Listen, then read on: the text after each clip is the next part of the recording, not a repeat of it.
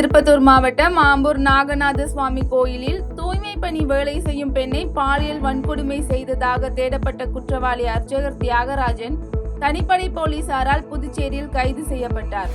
இதனைத் தொடர்ந்து குற்றவாளி நீதிமன்றத்தில் ஆஜர்படுத்தி சிறையில் அடைக்கப்பட்டதை அடுத்து குற்றவாளி தியாகராஜனை நாகநாத சுவாமி கோயில் அர்ச்சகர் பணியில் இருந்து பணியிடை நீக்கம் செய்து இந்து சமய அறநிலையத்துறை அதிகாரி சிவசங்கரி உத்தரவிட்டுள்ளார்.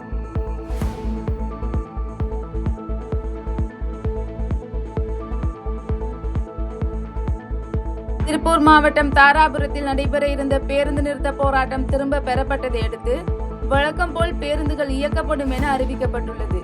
மேலும் மதுரை ஆரப்பாளையத்தில் தாராபுரம் கிளை ஓட்டுநரை மேலாளர் தாக்கிய சம்பவத்தில் மேலாளர் மாரிமுத்து சமூக வலைதளங்கள் மூலம் ஓட்டுநர் மற்றும் அவரது குடும்பத்தினரிடம் பகிரங்கமாக மன்னிப்பு கேட்டதை அடுத்து தாராபுரத்தில் நடைபெற இருந்த போராட்டம் கைவிடப்பட்டது.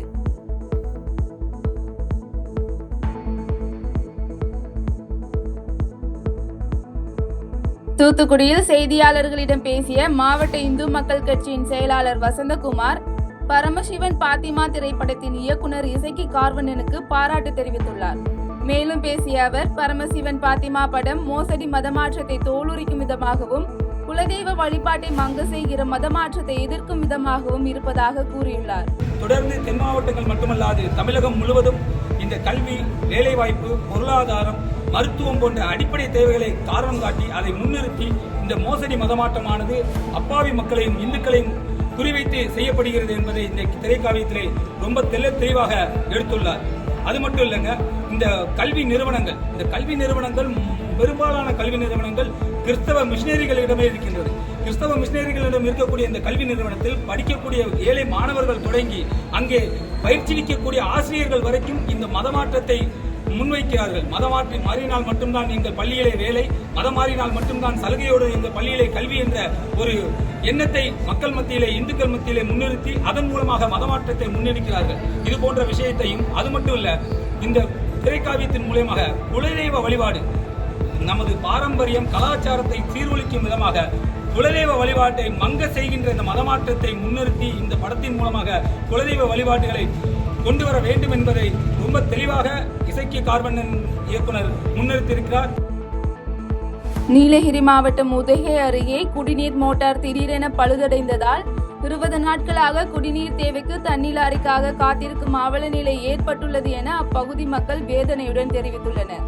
மேலும் மாவட்ட நிர்வாகம் மற்றும் நகராட்சி நிர்வாகம் தங்களது பிரச்சனைகளை கவனத்தில் கொண்டு விரைந்து நிரந்தர தீர்வு ஏற்படுத்தி தராவிட்டால் அனைவரும் சாலையில் இறங்கி போராட்டம் நடத்த போவதாக அப்பகுதி மக்கள் எச்சரிக்கை விடுத்துள்ளனர். 27 நாள் ஆச்சு தண்ணி வராம மோட்டர் ரிப்பேர்ன்றாங்க. மோட்டர் வந்து முனிசிபாலிட்டில இருக்குதா இல்லையா? ஈரோடுக்கு போயிருச்சு, திருப்பூருக்கு போயிருச்சுன்றாங்க. மோட்டர் என்ன வெக்கேஷன் லீவுக்கு போயிருக்குதா ஒரு மாசத்துக்கு? நாங்க கேக்குறோம், மோட்டர் எங்கதான் போச்சு? இதுக்கு சரியான எங்களுக்கு பதில் சொல்லணும். அந்த பதில் சொல்லலைன்னா நாளைக்குள்ள எங்களுக்கு தண்ணி வரணும். இல்லன்னா நாங்க சாலை மறியல் தான் பண்ணுவோம். நாங்க அத்தனை பேர் கூட்டத்தோட ஏறின கலெக்டரேட்ல வந்து நிற்போம். கலெக்டர் ஆபீஸ் முன்னாடி மறியல் பண்ணுவோம். எல்லாருமே வருவோம். இதுல கவர்மெண்ட் எங்க மேல என்ன ஆக்ஷன் எடுத்தாலும் எங்களுக்கு வரி கவலைக்கு பேச கொடுத்துட்டு. சென்னை புளியந்தோப்பு பகுதியில் இரவில் பெண்ணின் வீட்டிற்கு சென்று வட்டி பணம் கேட்டு மிரட்டிய ராகுல் என்பவர் தட்டி கேட்ட பெண்ணின் தந்தையை தாக்கியுள்ள சம்பவம் அப்பகுதியில் பரபரப்பை ஏற்படுத்தியுள்ளது. இதனைத் தொடர்ந்து பாதிக்கப்பட்ட நபர் ஸ்டான்லி அரசு மருத்துவமனையில் சிகிச்சை பெற்று வரும் நிலையில் இதுகுறித்து வழக்கு பதிவு செய்த புளியந்தோப்பு காவல் நிலைய போலீசார் குற்றவாளி ராகுலை கைது செய்து சிறையில் அடைத்தனர். செய்திகளை உடனுக்குடன் தெரிந்து கொள்ள கீழ்கண்ட கேபிள் மற்றும் டிடிஎச் நெட்வொர்க்குகளில் எம்நாடு செய்தி தொலைக்காட்சியை காணுங்கள்.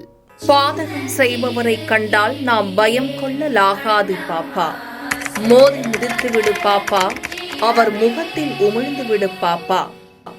அண்மை செய்திகளை உடனுக்குடன் தெரிந்து கொள்ள இணைந்திருங்கள் எம்நாடு தொலைக்காட்சியுடன்.